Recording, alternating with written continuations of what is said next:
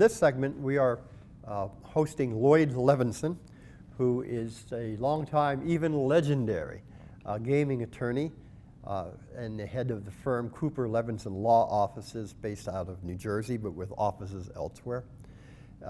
Lloyd,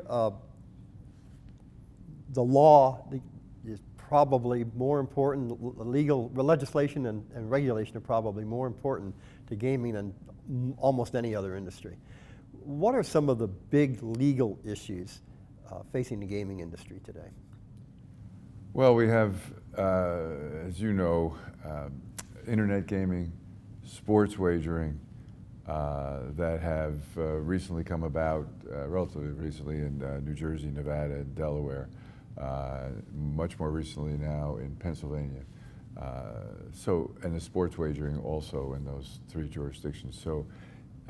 And sports wagering in a number of other jurisdictions. Internet is a little slower to expand, but it's going to expand. There are really no U.S. companies that have ever been involved in sports wagering or internet gaming because it wasn't legal till recently. So the big challenge is that you have an influx of foreign companies coming into the United States who have to be vetted and licensed. So it opens up a whole new aspect to regulation. It's a challenge now to those jurisdictions to investigate all these foreign companies. That's not to say there weren't a lot of foreign companies that came in with slot machines and the like.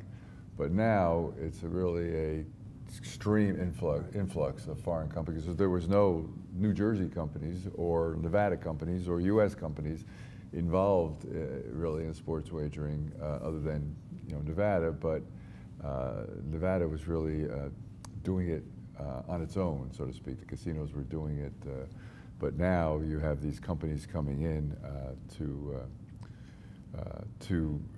involve themselves in sports wagering and internet gaming. So it's a whole new world. Yeah, one of the things that I've been told is that one of the challenges for these companies coming into the United States is that they don't understand how balkanized our political system is, that you've got 50 states, each their own sovereign, that makes different rules, as well as tribal jurisdictions. So I guess educating them is part of that process. Yeah, well, they're somewhat used to it because they are licensed in France and Spain and Italy and Germany. So although those are countries, they had to get licensed in each individual country over there. And if you add it all together, all those countries in Europe, I mean, you're basically can take that and put it in the United States, and there's more United States than there are countries in Europe, but they're relatively used to the fact that they have to re-up in the various U.S. jurisdictions. Some years ago, it seems that the chief role, the primary role of regulators was to make sure that gaming was honest, that the crooks weren't in the industry and the games were straight.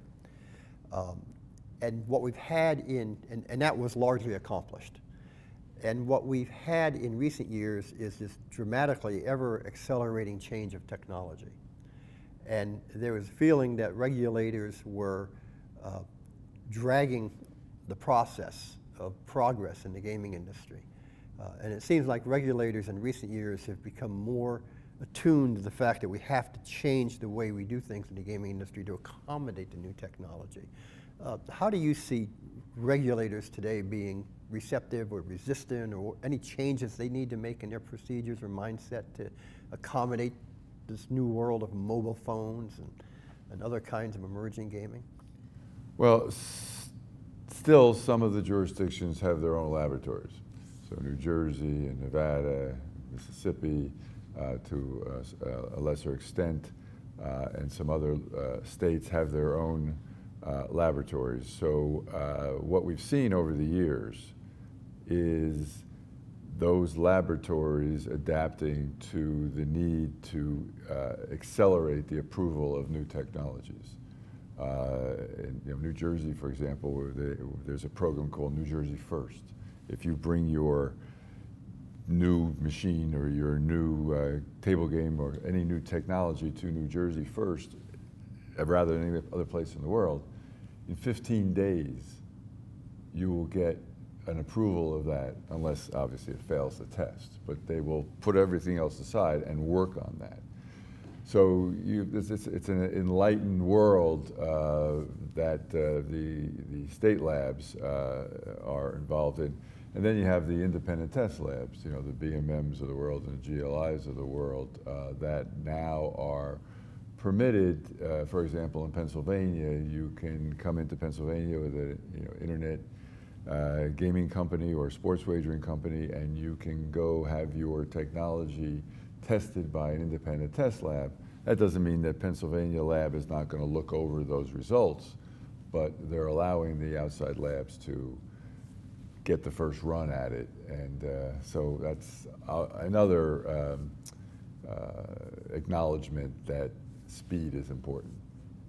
You know, there are a lot of acronyms in this world, but I can't think of a more clever acronym than LIGHT, L-I-G-H-T, which stands for the Levenson Institute. No, the Lloyd D. Levenson. Lloyd D. Levenson Institute of Gaming, Hospitality, and Tourism. And for those folks who don't know what LIGHT is, why don't you describe that? Oh, about 10 years ago, I sat with the president of Stockton University, and we were discussing the fact that Stockton had to become more involved in the gaming, hospitality, and tourism field. And what they talked about first was having a Lloyd Levenson chair. I don't know, that just didn't excite me, you know. I'm looking down at the chair, you know. Obviously it doesn't mean that, but we discussed several opportunities and came up with, well, let's have an institute similar to what is in Las Vegas, in Nevada. You know, the institute out here, or at least start the makings of it. And that's when we came up with the Lloyd D. Levenson Institute of Gaming, Hospitality, and Tourism, and we're sitting at the desk and we're ready to, we shook hands and it was great, and somebody had written it down and they said, wait a minute, L-I-G-H-T, wow, you know, that's light went on. Yeah, a light went on. So our publication's called Lights On, and you know, there's a lot of different things we're using with the term light, but at least in the, you know, it's become an amazing opportunity for Stockton University and for the gaming, hospitality, and tourism industry to have a university assist in coming up with new ideas and studies and polling and the like. Yeah, I'd like to do something like that myself, but I can't figure out how Fantini can fit into such a great acronym.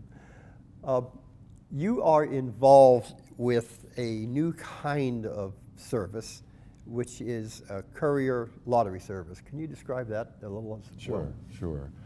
Lottery courier services have existed outside the United States for some time, but never in the United States. And you know, studies have shown that lottery is played by a demographic of people 45, 50 and up. And it's not played very much by the 18 to 35, 40-year-olds. And in some occasions, if you know, try it, go out today, and when you see somebody 25 on the show floor, say to them, when was the last time you played the lottery? And you know what the answer is going to be invariably? Never. Okay. So states depend upon revenue from lotteries to a dramatic extent. So they have to think about the future. And if the future is that the younger people are not playing it and the older people are playing it and eventually they're not going to be around to play it anymore, how are the lotteries going to survive? So the states are thinking about that. Some states have gone to pure internet lottery. Some states will not go to pure internet lottery. And those are the ones that are saying, how are we going to capture this millennial group so that they can buy lottery tickets? Well, what we have is the concept of lottery courier service, where you have a credit card, you open up an account, let's say you put $1,000 in your account, and Mega Millions or Powerballs up to 500 million, you say, wow, I'll take a chance. but I don't want to stand in line at the local 7-Eleven and buy 100, 500 lottery tickets. So the way you do it is you pick your numbers, or you do that quick pick, and they'll randomly do it.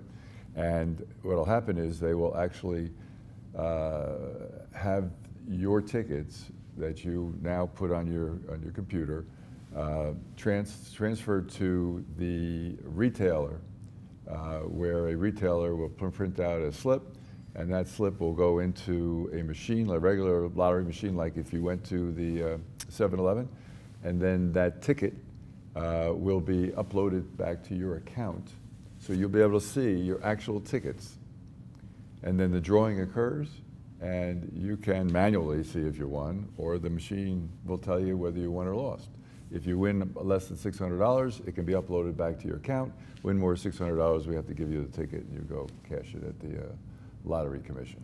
Sounds like a clever idea. Yeah, it's legal now in New Jersey.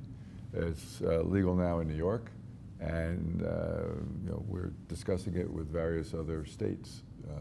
So. Well, Lloyd, thank you. It's been a very interesting discussion this morning. Thank you, Frank. Nice to be with you.